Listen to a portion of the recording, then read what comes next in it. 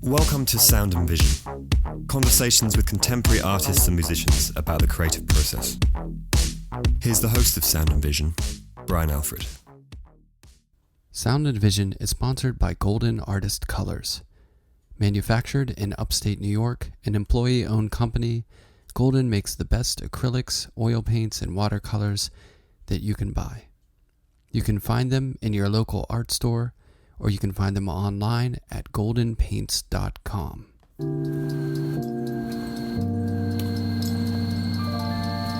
Prudence Flint is a Melbourne-based artist. She's held solo exhibitions in Dublin, Sydney, Melbourne, Canberra, and Hobart, and is exhibited in major state and regional galleries.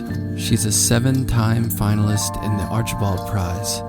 She won the Len Fox Painting Award in 2016, the Portia Geach Memorial Award in 2010, and the Doug Moran National Portrait Prize in 2004. Reproductions of Prudence's paintings have recently appeared in international publications, including Juxtapose, High Fructose, Oh Comely, It's Nice That, and Printed Pages. I spoke with Prue from her place in Melbourne for a chat about finding her voice, a long road on the creative path, ambient music in the studio, taking time to make work, and much more. Here's our conversation.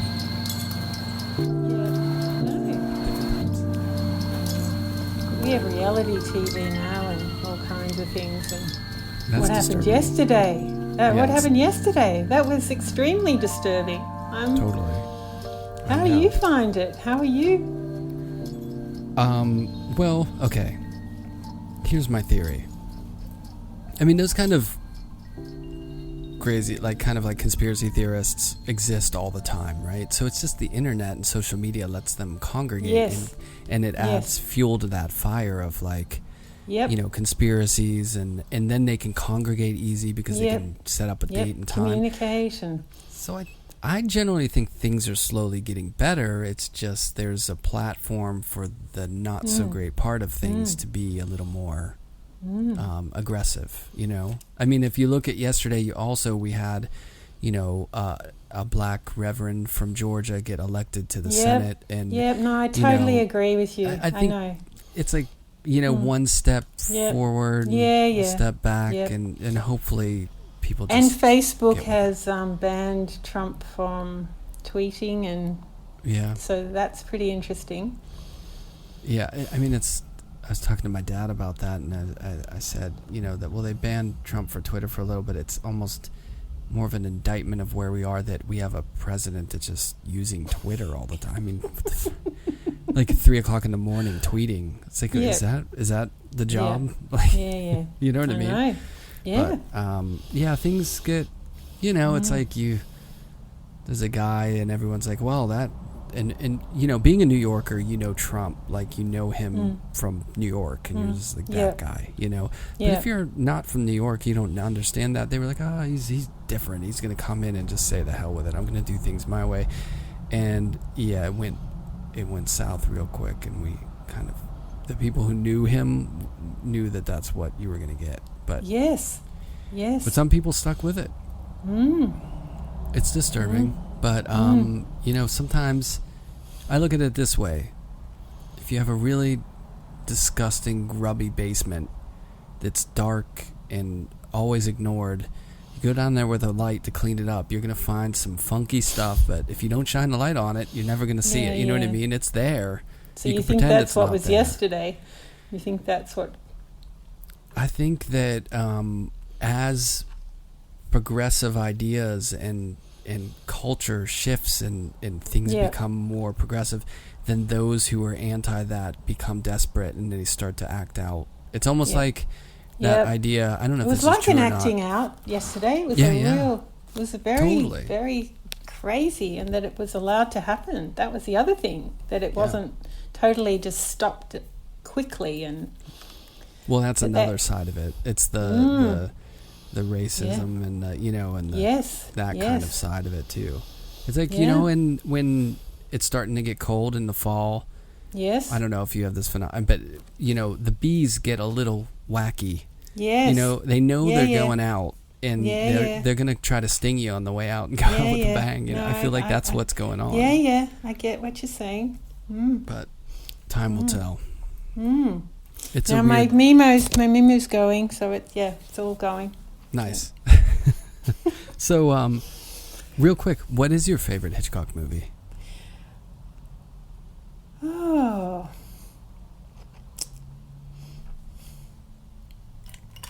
I have to think about that one. I like bits of a lot of them. Some of them I can't even, they're crazy. They're just vertigo. I cannot even keep up with the plot, but parts of them, I just love his sense of humour and perversity and Birds. Yeah, Birds is a wacky. I personally, Rear Window, I think, is an amazing movie. I love the idea that a movie just happens from pretty much one vantage point, the whole movie.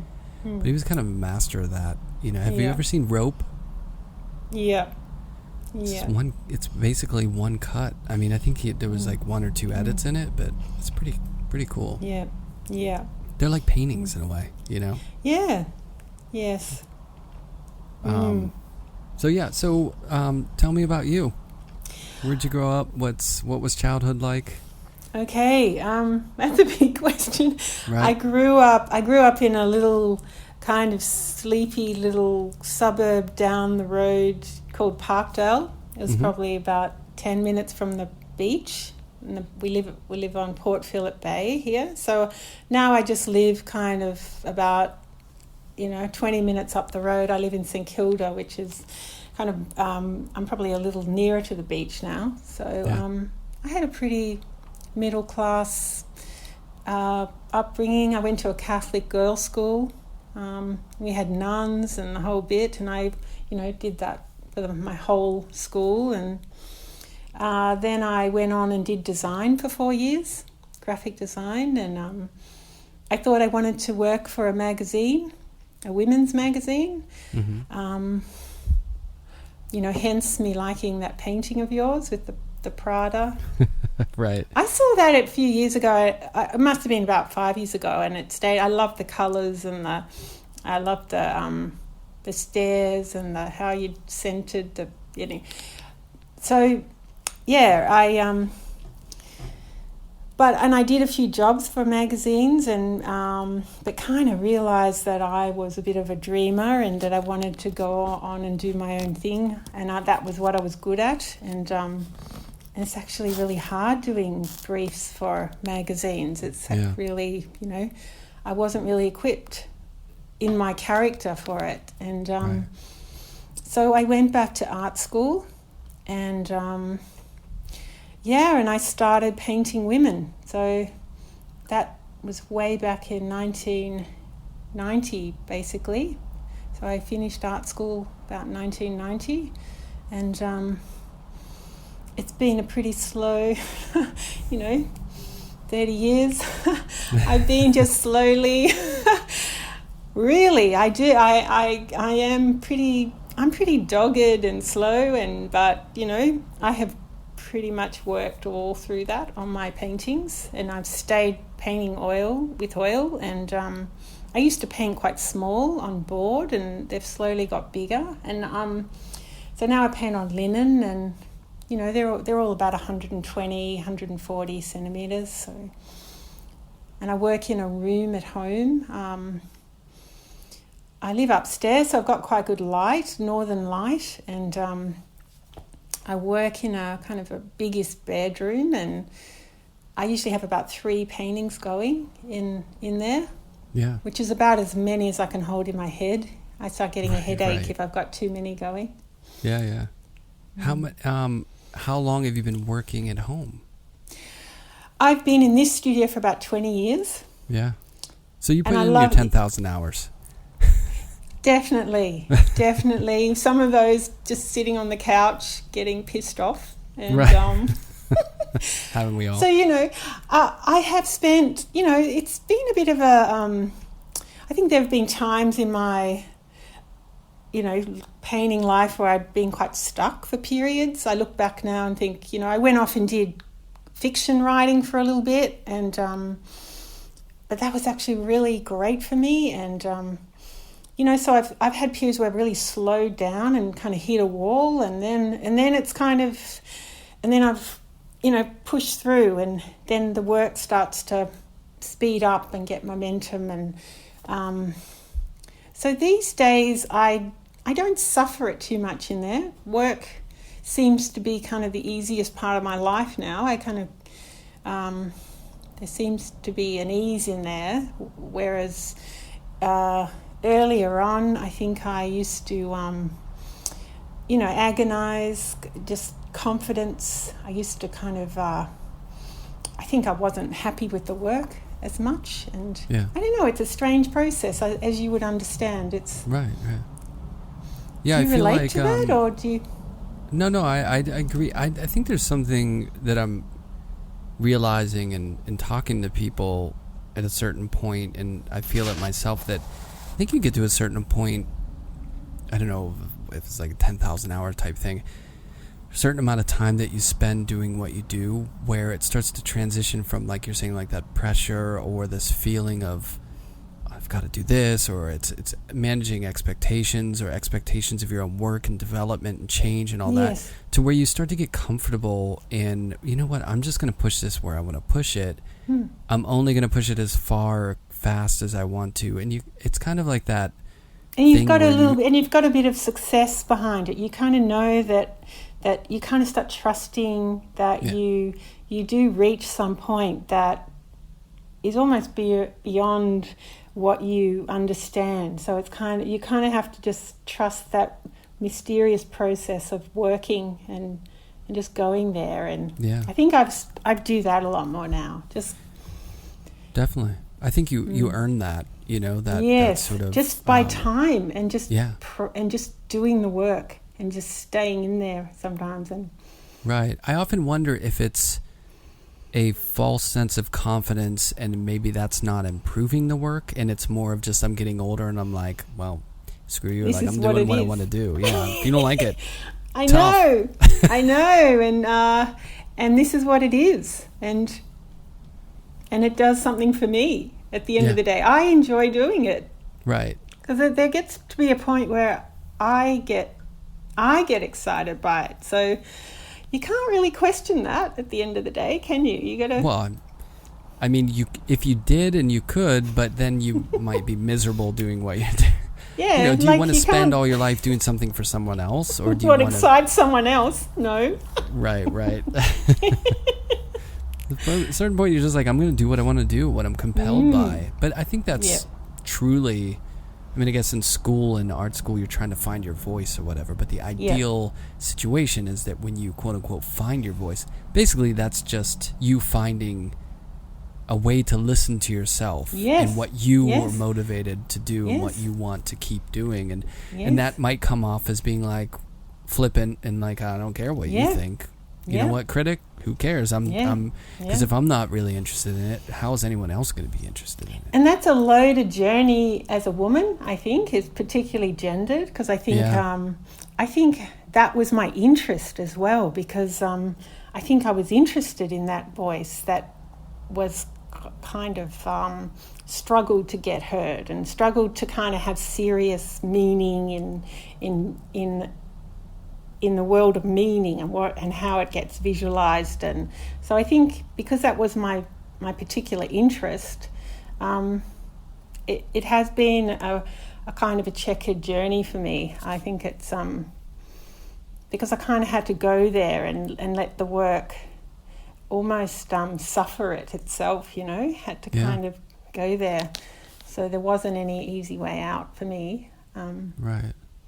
Yeah, that journey, I would imagine, I don't know if you're keen to talk about it or not, but that idea of, like the art world is so, I mean, just not gender equal at all. And, it's a legacy and it's been recorded and to this day of, and, that idea that you have to, as an artist, you have to push your vision. And you really have to, have that confidence and say, this is what I'm doing, and have conviction and that drive, and be aggressive in the sense that you want to share that. And then the portal to that is quite often through men and sexism and, just, it's like my wife would say, like going to work as a woman in New York City is like a whole different, like, the crap you got to deal with just to get to the workplace, and the stuff you got to hear. Yeah. Which as men, we just don't have to deal with. Like, it's just, we get a pass on that. So, I mean, is that, I don't want to say, of course it's conscious, but I mean, I'm sure that's like a giant hurdle. How does that manifest itself in your creative process and in your drive of making work? Do you, ignore it, put blinders on it? Do you fight it? Like, how does it work? Well, now I feel like it's my ticket, because I kind of feel like I've got something to push up against. I actually feel like I've got something to do with my work, and I actually feel, I used to feel like I struggled with it a lot more. Now I actually feel like I do have a voice, and I'm always, I love it when women respond to the work, and men, but when women, I feel like women really understand my work. Yeah. I mean, that's such a general statement, but I love it when they understand what I'm trying to do, and they relate to the figures and how I sit the bodies, and that really reassures me. So I feel pretty optimistic about it all now. I feel that I do have a voice now, and it does get heard, and probably it's been a pretty full-on journey the last 30 years. I think I've had to go through it. I've had to live it out, and Yeah. No, I think it's really insightful, because that kind of communication, when you make an image and you're talking about maybe the difference between how women see the work and men see the work. Yeah. That kind of communication is so contingent upon like the dialogue, like what they're getting out of it, and it's this two-way street sort of thing. Yes. Like as a man and looking at your work, I see compelling images, and I see form and formal issues, and I see the body, and they're intriguing as paintings in relation to other images. I think I guess I see them more as images I'm imagining than maybe a woman would be putting themselves in that position, which a man just can't do. Yes. You know what I mean? I don't know if this is going to get me into some sort of like... I know, because there are different... I know. I don't know, just I know, but it's, I get what you're saying. But because there are some men who do say pretty insightful things about the work, and I think, there's this kind of... it's always blurry boundaries, but there is a kind of general... I do get amused at the different kinds of readings I get for the work, and and I mean, how does a trans person see the work? It's not binary necessarily. Totally, and then totally. There's going to be men who look at the work who are like hepped up testosterone macho, and then there's going to be men who and they run from the room. Yeah. I've had men run from my gal, when I've had a show, and they just want to get out of the room. I've been told. I think that's saying something about the current condition of that person. They're running from something. So I guess you could vet people that you want, that you would like to be associated with. No, it's pretty interesting. I've had a man. I remember I was talking to this collector group, and this man said to me, Are these women bored? I remember thinking, that says something about you, mate. Yeah, I think so. It's not doing something for him, so he's like, this is... Are they bored? Because they're not. Yes, he's not, obviously not going there, is he? He's not going there. He's outside of it, and I don't know. I find it funny when people say to me, why isn't she smiling or something? And I think, I don't know, because I kind of think, but it's a painting. It's not a kind of an ad. It's like, right. It's and it's kind of when you're on your own, you're not smiling. It's not a smiling thing. I don't know. It's not that the painting can be smiling as such. The colours can be smiling. You make, it's a painting has got to be something else and more. And right. Yeah. I think generally there's a population of viewers who anytime they see something that's down or could be seemingly depressing or looking at the dark side of something, they could be, oh, are you okay? Is there something like, why aren't you painting happy scenes? You know what I mean? So I know, but I find happy scenes really disturbing, especially around Christmas and New Year, and I actually find them really depressing. So so that's yeah. No, I get that, and conversely, I think some of the images that I'm drawn to are pretty, pleasing, and there is a sort of discomfort in that, ambivalence. Like I kind of playing the both directions, like where you'll take a scene where there's something obviously like a negative connotation to what it is or what's happening, but it looks beautiful. So there's this tension dynamic between the two, and I would think that if that's what Hitchcock gets too. I think there's always humour in his murders, and he never shies away from making fun of the absurdity and tragedy. So totally, yeah. I just saw that one. Did he? This is gonna drive people crazy, and I love Hitchcock. But I just recently saw a film of his that I never saw before, and it's about a guy who's a painter. Have you seen that one? Oh, what's it called? Some people are shouting right now, like, it's this, you... Yeah, no, I think I do. It's hilarious. I mean, there's so many jabs at painting in that thing. It's a later one. Yeah, and he's like an abstract painter, and he's a goof, and it's just great. Yeah. I mean, he has that tongue-in-cheek sort of... Yeah, but a lot of it's dark, there's like... dark and stuff women in there. The women are always dark, but they have an edge to them. I love that he kind of, they're always a little bit out of reach and control, and they're always out to fight back somehow. Right. Yeah, they're I mean, related to the era, I would imagine they're a little more empowered and like kind of I mean, albeit quirky, but like this strong kind of like, But yeah, in Rear Window, she's amazing. She's the one who's got it together. Yeah. And he's feigning to be the professional or the the guy who's in control of the situation, but he's not. Yeah.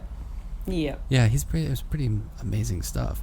Do you find a lot of inspiration in narrative cinema and movies? Yes. I would imagine. Yeah, I watch a lot of movies. Maybe not as much anymore, but I have in the past. I've been really obsessive about movies. I probably listen to music more now. Right. Yeah, you know how you go through stages. I had the same thing. When I was in college, there was like a videotape rental place, and they had a special where it was like 25 cents. This might date me. It was like 25 cents a night for like a certain group of movies. Yes. And I would get like the classics, like all those, the Criterion collection were all just like a quarter a night. Oh, and I would burn through, I'd spend summers just after dinner, watch movies. Yes. Yes. And we have a place nearby doing that. Yes. Oh, yeah? Yeah. The Astor. I mean, now I guess you can get everything online. Yeah. It's so easy. Yes. But yeah. Yeah, it was so nice to just like, in the summers when there was no courses or anything, I would just paint all day, go make spaghetti every single day, and then afterwards watch like 3 great movies, And I feel like I did pretty well, I got a little bit of like the history of cinema in that time. Yes. No, I can imagine. Yeah. And now we have all these series that are amazing on That's TV. True. Yeah, and a lot of them, I mean, because you can binge watch them now. Yeah. So, like, back in the day when we would watch TV shows, you had to wait for the next week, so you didn't really get this feeling of, the entirety of it, right? Yeah. And now it's like, if it's like 8 episodes long for a season, that's a long movie. That's like an hour. That's like 8 hours. Yeah. It's pretty amazing. But you can watch it like that. They get to really tell a story, and Yeah. Do you have any favorites? Admittedly, I'm bad at watching TV. Like, I'm not as frequent as I should. I'm watching The Crown at the moment, which I'm actually quite enjoying. Oh, I don't know that. The Crown, it's about the royal family. So, is it good? But it's kind of a story of a woman. I kind of looking at it symbolically. It's about a woman in authority and how she struggles with, holding her authority and all the trouble it causes in her life. Like, I look at it as a symbolic story. Yeah. So I'm enjoying it. And it's historically interesting. And I just finished watching I May Destroy You, which is really full on. It's written by a writer, and she's the actress in it. It's a little bit like Fleabag. Have you seen Fleabag? No, I haven't. Again, this is embarrassing, but I've been poor at. Well, these are series that have been written by women. They're acted. The main actor is a woman, so they're acting in their own story. So they're pretty powerful stories, and so I really enjoy those.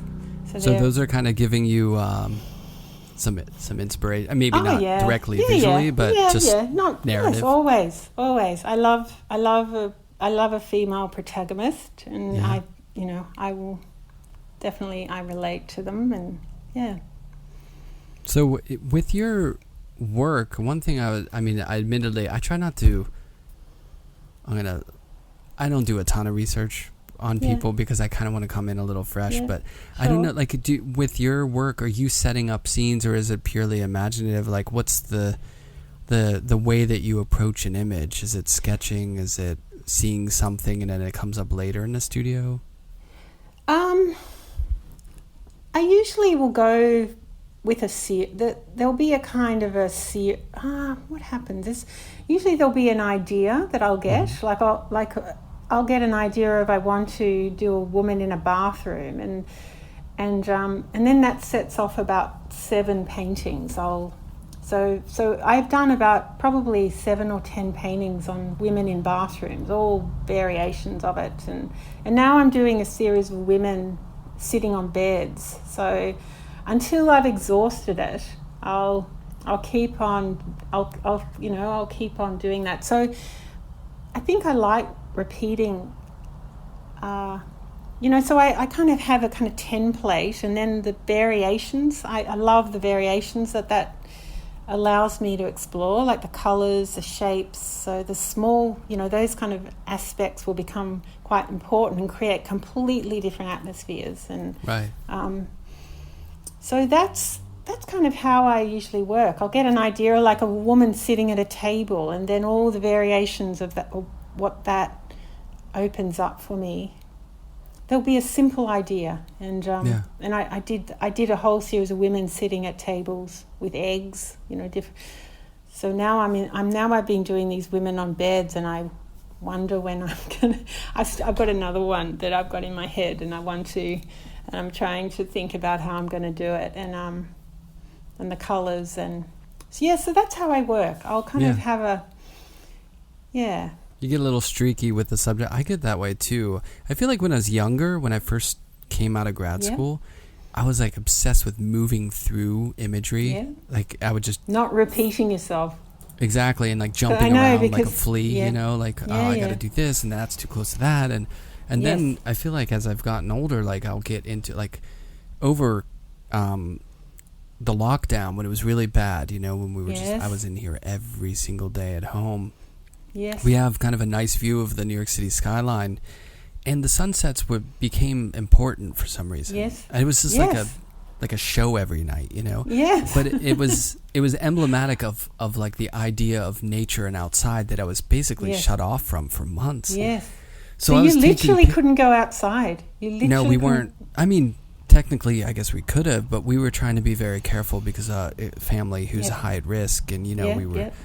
So you couldn't go for walks? You couldn't go for... Well, I could, but when you live in New York City in a crowded apartment building with elevators and you go outside and there's people everywhere, it's not like... I had friends who went upstate and they were just able to go frolic, and we were like, damn. So how did you get food, and how did you get food kick, like delivery.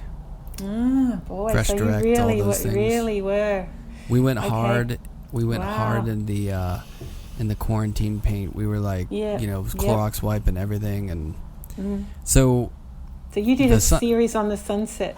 Yeah, I was taking pictures every night, and I started to just I was doing paper collages because they're smaller, and I must have done like 20 of them, or maybe more, and they were all. It's the fascinating. Like, I'm fascinated with the idea that it's that same view, but every single night it's different. You know, there's subtle differences, and to me, that's like, there's something. Well, I also feel like I learn by repeating, because I actually go to another level of the detail, and the surface and the colours begin to really become the painting. So it's less about maybe less about the narrative and more about painting and what it can evoke, the atmosphere that it can evoke, and that's really well put, because it's about the process, and that becomes like content and very interesting. Like, if you're like a musician, a saxophonist, and you're playing like a new jazz song every night, you're just approaching that song and you move on. But if you're playing like Embraceable You every single night, and all the nuances of it, like micro changes of a note start to become really significant, and then you learn more about the emotive power of a shift of a note or a sound that you would just blow through if you were just going through a new song every night. Yeah. But so then you get to know an image. You get to really know an image of what, and then the paint has to offer up something. So the colours and the tones and the shapes, and so the variations become really important. And I kind of, and I get quite. I'll get really excited about a new painting, right? I've kind of 50% already know a lot of the aspects of it are going to work for me. So then I can concentrate on just the nuances, and that can be. That's maybe what I'm interested in. All the different atmospheres I can create, and I'm always interested in what I'm going to come up with, because each one will capture something different. Well, hopefully. Totally. So. One of my favorite artists is Kawada, the Japanese artist who did The Date every day. And it's just The Date, you know what I mean? But there's something so compelling about the sort of monastic focus of just doing that same thing. But those days are so different if you have a contextual relationship to those dates, you know? Yes. I just think that's... I do, and I also do it with I sew and I knit, and I'll do it as the same with my, when I knit myself a jumper, I'll knit the same jumper over and over, and in different colours, and sometimes I'll just find myself knitting the sleeves too long on one of them. I don't know why I did it, but it's just, it's kind of like every jumper is a little bit different, and so it's the same kind of things. I love repetition, and I love the variation. Yeah, I think it's a beautiful thing. Like the person who just bakes cookies every single day. You know what I mean? Or like people who do dim sum and they just fold those dumplings or something. And they devote like every day to doing that. That's kind of amazing. It's really all like that is art in a way. You know? Yes. Not to boil it down to baking a cookie. People are throwing things at their headphones right now. Like, what are you talking about? So you do listen to music now when you're painting?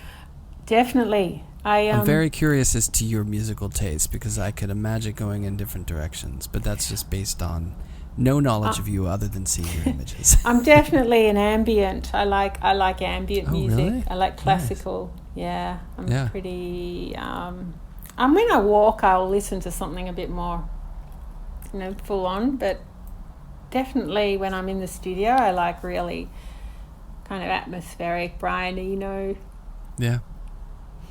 Music for airports. Yes. That kept me going for quite a few years. Before I had Spotify, I used to just play that over and over in my studio.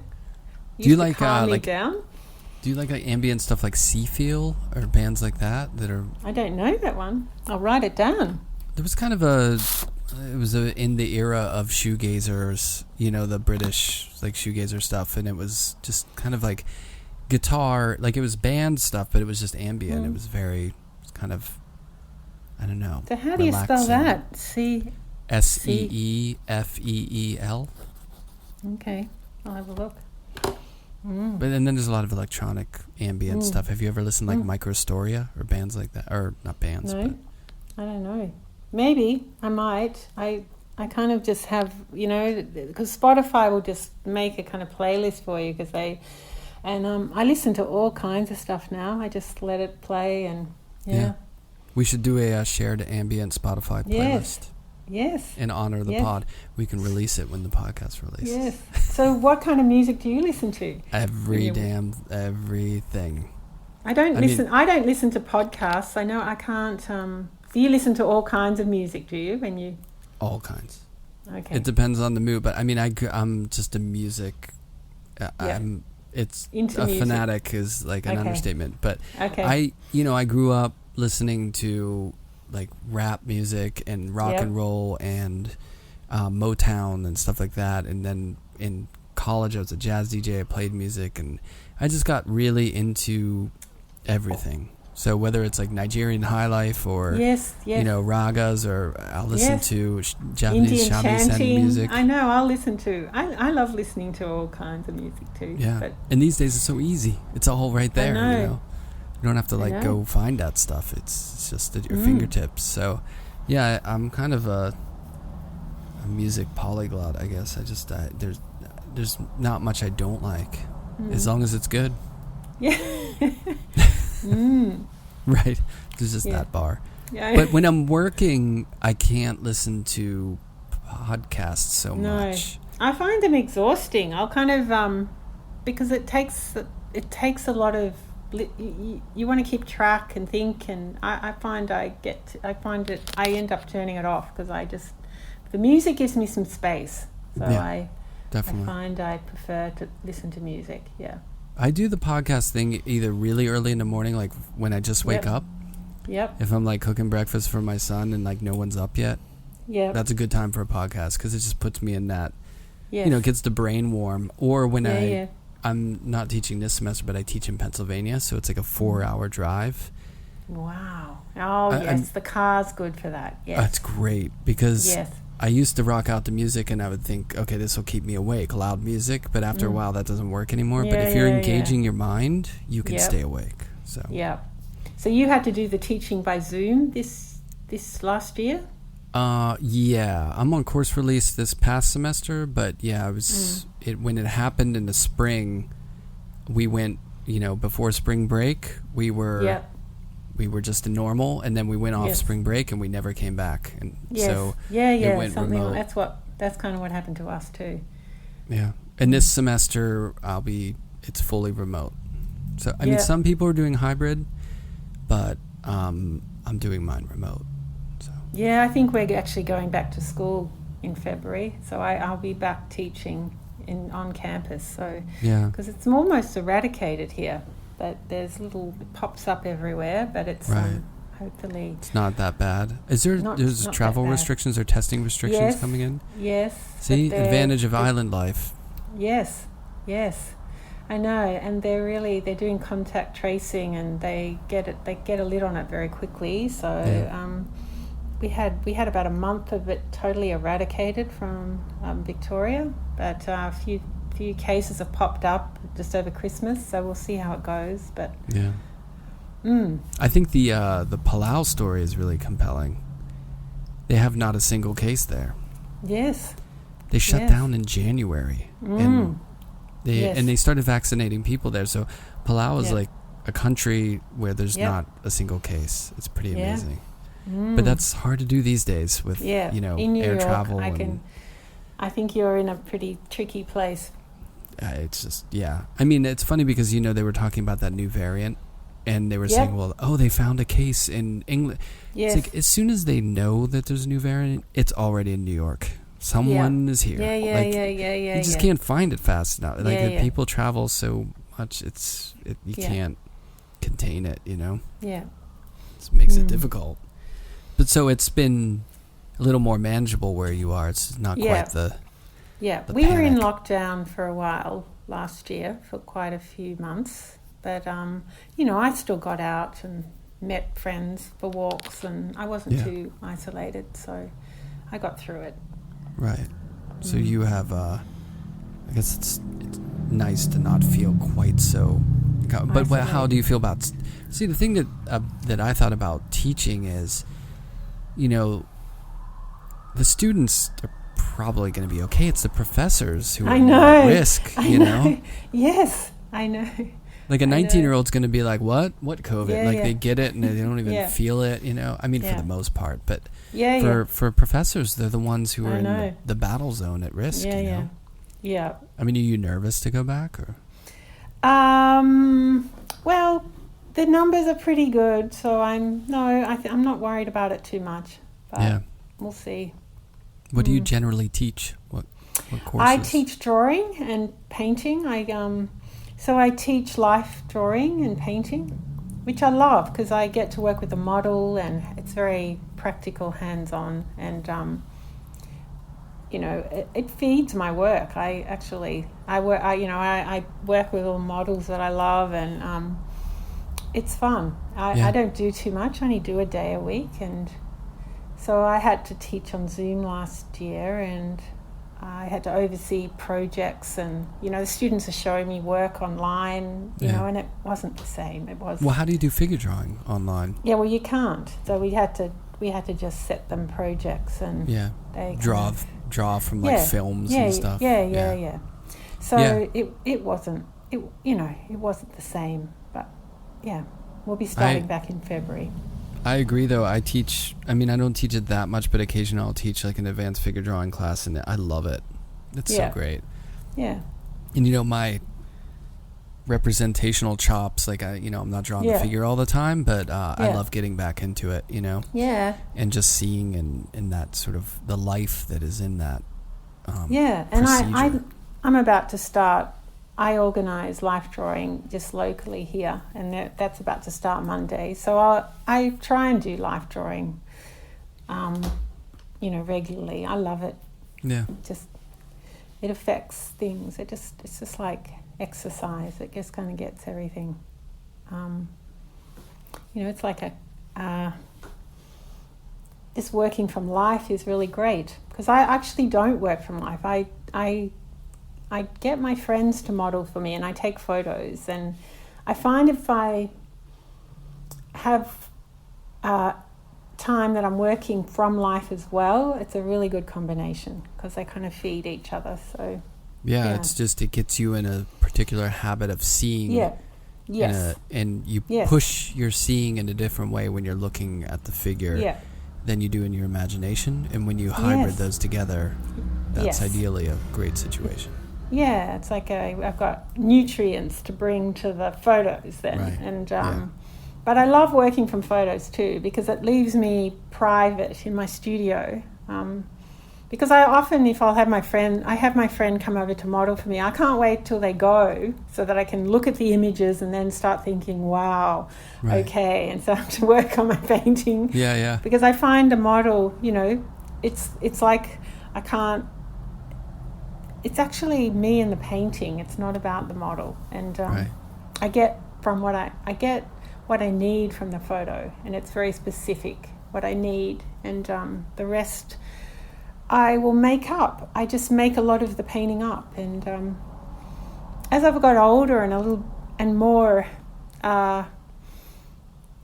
experience with drawing, I let myself do that more now and kind of enjoy it, and it frees me up, and then I get reference when I need it from, but I don't get too worried about it. Yeah, it's like as long as it looks convincing enough. And right, it's like a farm to table restaurant. You want to get those ingredients and bring them back. You don't want to cook in the farm. No, on the field. No. Take what you need.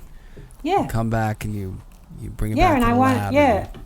And I want to sit with it and think about it, and it's an alchemy that needs to happen, and I need to sit and take from it what I need, and it's not really about the model.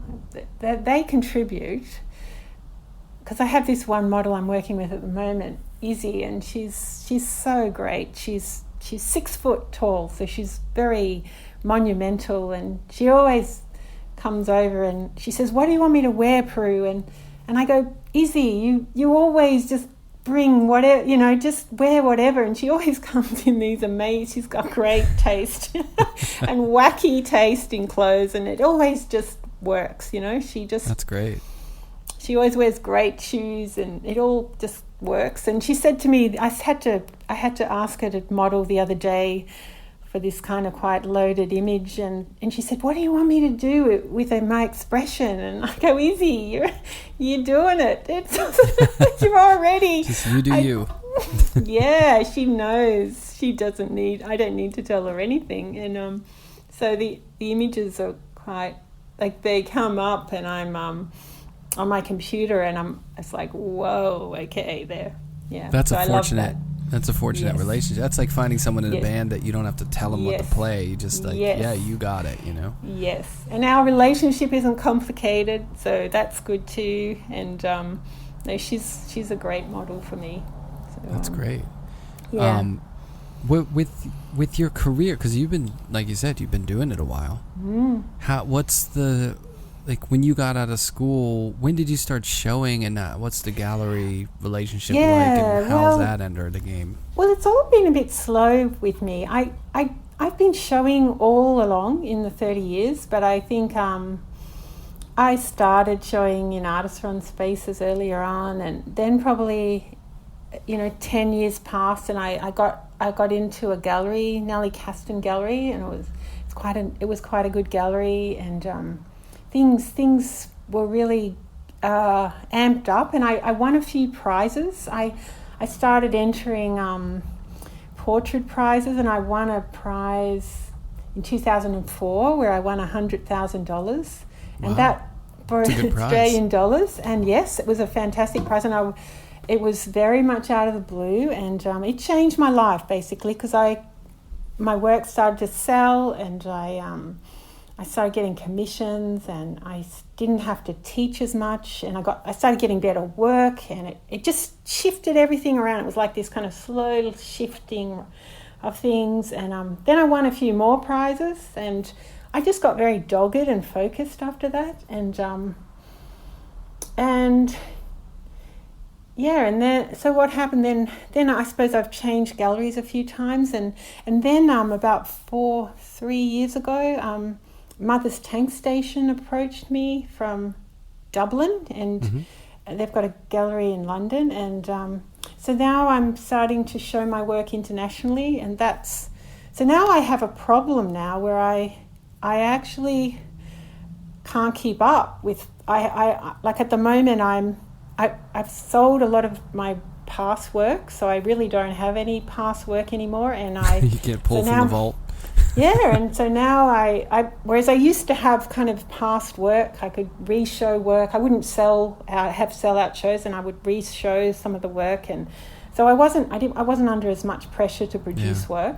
Whereas now I'm under pressure, and I have to manage that now, because I'm waiting to finish 9. I've got to finish 9 paintings before Finola from Mother's Tankstation will create them overseas, and so that's a lot of paintings for me. That's really probably 2 years' work for me. Yeah.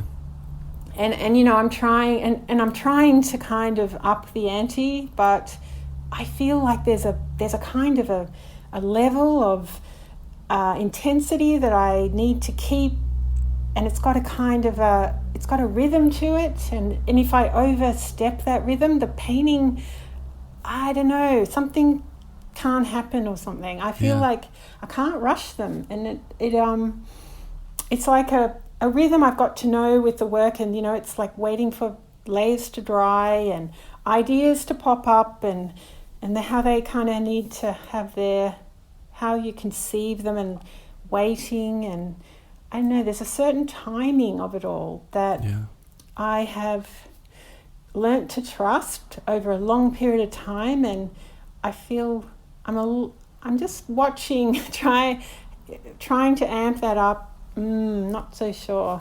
Not so sure I'm behaving myself in the way that the gallery would like me to, because I it's just I work at the pace I work, and so 9 paintings is a lot of paintings for me to finish. Yeah. Right. Yeah. That's. I mean, if you're not a really quick painter, I mean that's, But can you do the thing where you just give your dates and give yourself enough time, or is it the kind of thing where when there's interest in the work, the gallery's always going to push you for more work or faster, but then maybe you tell them you got to hold off, like you can't just crank these things out. Well, it's the first time really that I haven't had backlog to kind of help me out. So it's I've kind of this new 9 paintings is really a lot of work for me to produce for a show. So it's like I'm just going to have to, I've been working pretty hard, and I'm just going to have to. They're going to be finished when they're going to be finished. So that's the situation. But are you like myself, where I can't have anyone in my studio doing anything? Oh, I couldn't imagine that. That would I couldn't. No assistance or anything. That would get in the way. I don't know. I'm divided enough. I've got assistants in here. I'm not. Right. I've got. I couldn't have a nap because it's all very whimsy. I have to just do what I need to do in a day. I couldn't stand to be that workmanlike about it. I find that I have to just, I'll have a really good afternoon where I get lots done, and then I will have a pretty crappy day the next. I have to let it flow. If with an assistant, I think it would. Who knows? I've never done it, but I. Yeah. Also, it's in your home, which would be weird. Yes. Right? Yes, and that's another it's a small little enterprise. It's very cottage industry here. It's not, Right. I like it like that. It's just that's the way I need it to be, and I couldn't. Yeah, well, that's great because there's a lot of people who maybe if the demand picks up or if their work is catching, some demand, they're not even hesitant to up the ante. Yeah. And they do it and it doesn't work out, or it dilutes the work, or it makes things complicated, let alone if you're already a little hesitant from the jump, then you just know that, like, hey, it's got to be the pace I'm working at, and that's got to be the way it's going to be, because it's not going to be my work otherwise. So. Yeah, and you've got to kind of know the nature of your work, I think. You've got to know what the work is about and for you, and honour that. I can see how some artists could work with assistants and it would be quite relevant and okay, but I just don't know whether it would work for me, I think. Yeah. No, for some people it makes perfect sense. That's what it's about, Yeah. But I can't. I just don't want anyone in a room. No. No, it's like I said with the models. I just can't wait to, I kind of, it's me and my canvas. I want to just be able to enjoy myself and not be self-conscious. And listen, model. I want you in here. I want to use you and get out. Your time's up. Yeah, hit the road. I got work to do. Yeah. That would work well with assistants. Like, stretch the canvas, stretch it, gesso, get out. Don't linger. I don't need any. Yeah, I know. It's sometimes it's best to just do things yourself. Although I will say that stretching canvases at this I don't do stage, that. Whew, man. No, I never do that myself. I get them done at a Chapman and Bailey. They do a nice job. That's perfect. So that's kind of your assistant, right? Yeah. And I get them delivered. It's all good. I shout myself that. So that's very wise. Yeah, I love making my own stretchers and priming them. Yes. Because I feel like this connection to it. Yes. But as I've done this for a long enough time, I'm like, it's just better. Just deliver the thing. Yes. You don't need to no. knuckles. Things can go wrong, and I love them to go wrong with it, not me. Because I work on linen that's been rabbit skinned, and things can go wrong in that the canvases can warp, and you can not put enough rabbit skin on, and I'd rather, they that do rabbit a pretty skin good glue, job. that is like gets it tight as a drum. Your stretchers have to be sometimes too tight. Yeah, your stretchers have to be airtight, because if not, that's like an Ellsworth Kelly thing happening. Yes. Yeah, I would never forget. I was in grad school and I was making these big paintings, and one of my first critiques, I guess the painting was warped a little bit in the corner, and one of my professors, who I love to this day, she's great. She was in front of me. She's like, I can't even look at this painting. She's like, all I see is a corner coming up from the wall. No. She's like, you spent all this time on the work in the corner. And it was the kind of thing where, like, I didn't even notice it. You know what I mean? I wasn't there yet, you know? And I looked at it, and it was like a light bulb moment. And I said, oh, geez, I got to figure out how to do this. Yeah, you'll have to get it restretched. I've had that happen, and I've had to go and get it restretched, and it's okay now. It's hanging above my bed. Oh, nice. It is a lot easier to do it right from the jump than have to go. Yeah, definitely. Do you ever restretch a painting? That's the worst. No, they did it. I think it was because the stretcher bars were they were crooked. So, so they put new stretcher bars on it, so it's good now. Nice. So are you working towards the show now, or do you have like two shows? Yeah, I've got a show in London, and it's with Mother's Tankstation. It's quite a small gallery, so I'll only be hanging about 5 paintings, and the rest of the paintings I think Finola wants to take to art fairs, so that's what the 9 paintings will be for. So, I see. The old art fair circuit. But that's all a little bit out, up in the air at the moment because of COVID, so I know.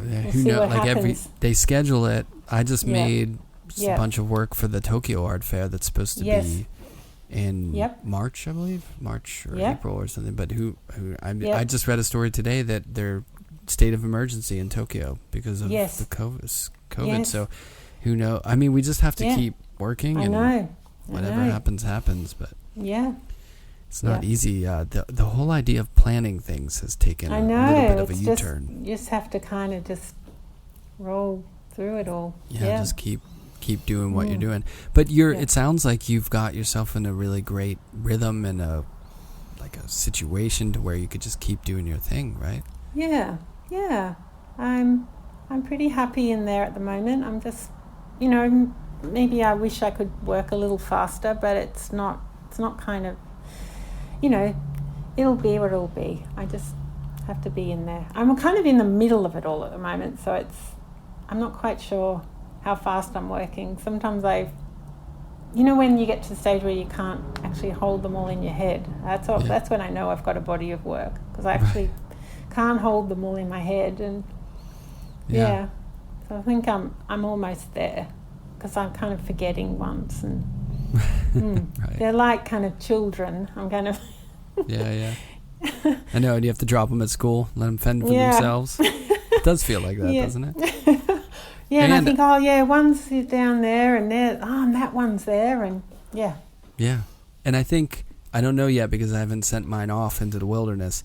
Yes. But I feel, if it's anything the way I feel about my paintings, it'll be hard. You got to drop them off at school, and they have to fend for themselves. Yes. But don't come back. Yes. I don't need you. I know, because people say, do you have trouble letting them go? And I suppose I do in a way, but then I don't. I've got used to it. I'm pretty brutal. I'm pretty good at letting objects go now. I just, off you go. And on to the next. Then I can make new ones. Yeah, I want to make new ones. And it would be. I like them finding a home. And definitely. And plus, no one has enough storage for that. No. Or walls. Totally. I don't have storage.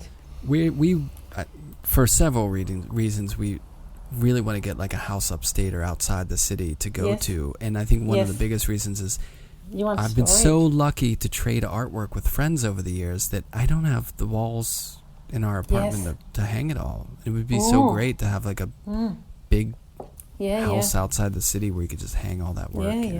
Yes. Goals. Yes. Goals. Oh, last question.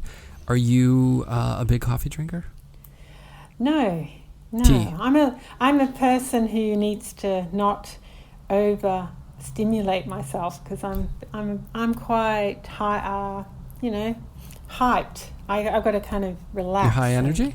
Yes, high energy. So I've got to kind of calm myself down. And so, no, I have a coffee in the morning, but that's it, really. That's it. You're one of those people like, well. I can't have a coffee after 2 p.m. or I'll be up all night. Definitely. No, totally. And I got to eat really well, lots of vegetables, and look after myself. Yes. Yeah. I look after myself. Yeah. I always knew I needed to live a very long life because I'm very slow, and I want to.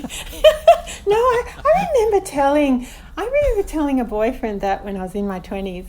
I said, I know I'm really slow at everything. I gotta live this really long life, and so it's kind of true. And I think with my it's impressive to have that foresight to be like, hey, I want to make this last. I'm not going to move through this stuff quick. So I got to take care of the vessel.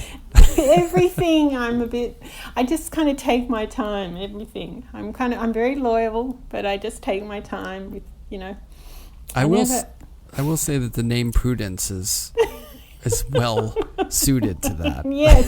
Yes. I don't make any rash decisions no. So, can you share with everyone like where they could see your work and where they can follow? And it would be great to see your work in New York.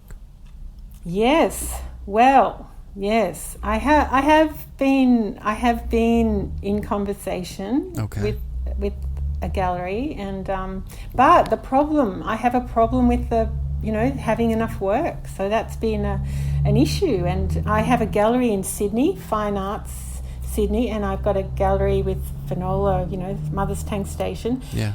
And between the two galleries, I'm hard enough. So I'm going to have to work something out, some way of, because I want to show in New York. I came to New York I travelled there about 4 years ago, and I loved it. And I went around and looked at the galleries, and I thought, yes, I'd love to show here. I've never been, and I really want to go to Melbourne, but I haven't been. Yes. And Sydney's very beautiful. Yes, I would love to. I mean, I've been fortunate enough that my work is at the National Gallery of Victoria, and I would love to see it, but and go there, but I just haven't. And when I travel, we go to Japan pretty well. Before that, we usually go to Japan every year, and it's just so far there that when we take a long trip, we go there, so it makes it hard to do the other things. Yeah, and I have a friend in New Zealand who's an architect, and I really want to go because it looks so beautiful there. I know. I've never been to New Zealand. God, it's so far away. There's far, and then there's New Zealand far. Yes. And that's a long flight. Yes. One day. I'd love to see the work in New York, and well, I'm working on it. That would be great. Yeah. So people can Instagram's a great place to keep up to date with what you're doing, right? Yes. Cool. Definitely. Well, thanks so much for talking to me. Yeah. No, I really enjoyed it. I feel like something moving, ringing phones at the movies. Hello. Sound and Vision is recorded, edited, and produced by myself, Brian Alfred. You can find out more at soundandvisionpodcast.com. Check us out on Instagram at Sound and Vision Podcast, and please leave a rating and review on iTunes. Many thanks to Golden, Artist Colors, Brigitte for the music you're hearing now, and Michael Lovett for the intro, outro. And thanks to you for listening.